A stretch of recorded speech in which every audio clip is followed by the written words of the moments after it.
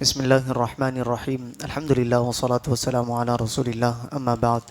جیسا کہ پچھلے درس میں ہم نے سورۃ النساء کی آیت نمبر 2 کی تلاوت، ترجمہ اور تفسیر سماعت کی تھی، جس میں اللہ تبارک و تعالیٰ نے ارشاد فرمایا، اور یتیموں کو ان کے مال دے دو اور پاکیزہ مال کے بدلے گندہ مال نہ لو، اور ان کے مالوں کو اپنے مالوں میں ملا کر نہ کھا جاؤ، بے شک یہ بڑا گناہ ہے۔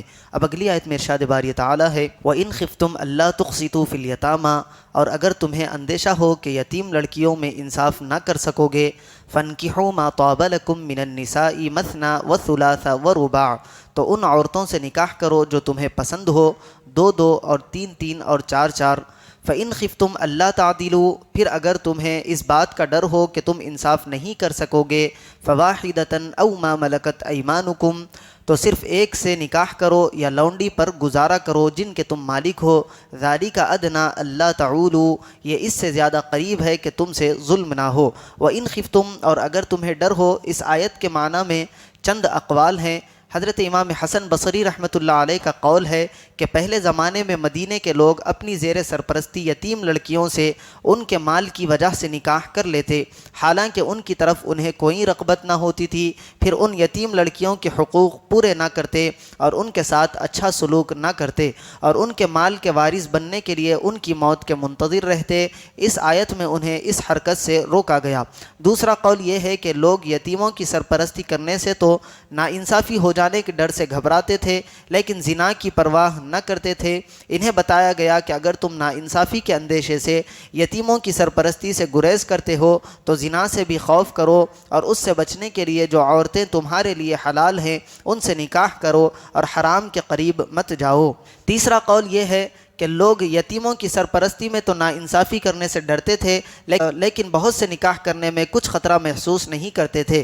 انہیں بتایا گیا کہ جب زیادہ عورتیں نکاح میں ہو تو ان کے حق میں ناانصافی سے بھی ڈرو جیسے یتیموں کے حق میں ناانصافی کرنے سے ڈرتے ہو، اور اتنی ہی عورتوں سے نکاح کرو جن کے حقوق ادا کر سکو۔ حضرت اکرمہ رضی اللہ عنہ نے حضرت عبداللہ ابن عباس رضی اللہ عنہما سے روایت کیا کہ قریش 10 بلکہ اس سے زیادہ عورتیں کرتے تھے، اور جب ان کا بوجھ نہ اٹھا سکتے تو جو یتیم لڑکیاں ان کی سرپرستی میں ہوتی ان کے مال خرچ کر ڈالتے۔ اس آیت میں فرمایا گیا کہ اپنی مالی پوزیشن دیکھ لو اور 4 سے زیادہ نہ کرو تاکہ تمہیں یتیموں کا مال خرچ کرنے کی حاجت پیش نہ آئے۔ اس آیت سے معلوم ہوا کہ آزاد مرد کے لیے ایک وقت میں 4 عورتوں تک سے نکاح کرنا جائز ہے۔ تمام امت کا اجماع ہے کہ ایک وقت میں 4 عورتوں سے زیادہ نکاح میں رکھنا کسی کے لیے جائز نہیں سوائے رسول کریم صلی اللہ علیہ وسلم کے، اور یہ بات آپ صلی اللہ علیہ وسلم کی خصوصیات میں سے ہے۔ ابو داؤد کی حدیث میں ہے کہ ایک شخص نے اسلام قبول کیا، اس کی 8 بیویاں تھیں۔ نبی اکرم صلی اللہ علیہ وسلم نے ارشاد فرمایا کہ ان میں سے 4 کو رکھو۔ فَإِنْ خِفْتُمْ أَلَّا تَعْدِلُوا، پھر اگر تمہیں عدل نہ کر سکنے کا ڈر ہو۔ اس آیت میں 4 تک شادیاں کرنے کی اجازت دی گئی ہے، لیکن اس کے ساتھ ہی فرمایا گیا کہ اگر تمہیں اس بات کا ڈر ہو کہ ایک سے زیادہ شادیاں کرنے کی صورت میں سب کے درمیان عدل نہیں کر سکو گے تو صرف ایک سے شادی کرو۔ اسی سے یہ معلوم ہوا کہ اگر کوئی 4 میں عدل نہیں کر سکتا لیکن 3 میں کر سکتا ہے تو 3 شادیاں کر سکتا ہے، اور 3 میں عدل نہیں کر سکتا لیکن 2 میں کر سکتا ہے تو 2 کی اجازت ہے۔ یہ بھی معلوم ہوا کہ بیویوں کے درمیان عدل کرنا فرض ہے، اس میں نئی، پرانی، کنواری یا دوسرے کی مطلقہ، بیوہ سب برابر ہیں۔ یہ عدل لباس میں، کھانے پینے میں، رہنے کی جگہ میں اور رات کو ساتھ رہنے میں لازم ہے۔ ان امور میں سب کے ساتھ یکساں سلوک ہو۔ اگلی آیت میں ارشاد ہے، وَآتُوا النِّسَاءَ صَدُقَاتِهِنَّ نِحْلَةً، اور عورتوں کو ان کے مہر خوشی سے دو۔ فَإِن طِبْنَ لَكُمْ عَنْ شَيْءٍ مِّنْهُ نَفْسًا، پھر اگر وہ خوش دلی سے مہر میں سے تمہیں کچھ دے، فَكُلُوهُ هَنِيئًا مَرِيئًا، تو اسے پاکیزہ خوشگوار سمجھ کر کھاؤ۔ وَآتُوا النِّسَاءَ صَدُقَاتِهِنَّ نِحْلَةً، اور عورتوں کو ان کے مہر خوشی سے دو۔